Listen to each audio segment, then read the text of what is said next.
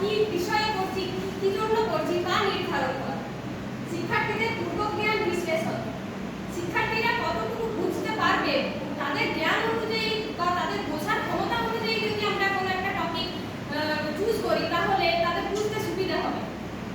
পাঠ্যবস্তু নির্বাচন ও বিন্যাস, কোনো একটা বিষয় শুধুমাত্র যে একটা বই সম্পর্কেই পুরো ক্লাসটা চালিয়ে যাওয়া তা তো হবে না। তাহলে আমাদের কোনো একটা বিষয়কে পার্টিকুলার একটা বিষয়